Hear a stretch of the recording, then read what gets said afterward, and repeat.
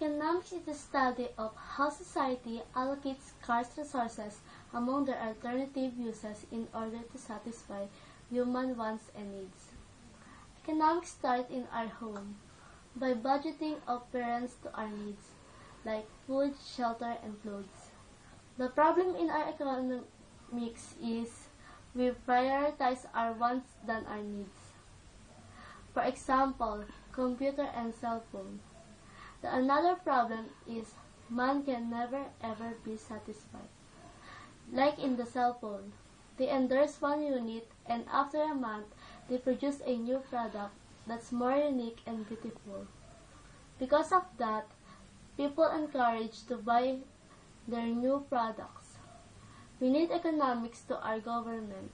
The government budget the food, shelter, and clothes in our country, Philippines. But the problem of the government is we are lack of money. That's why other country is more successful than our country.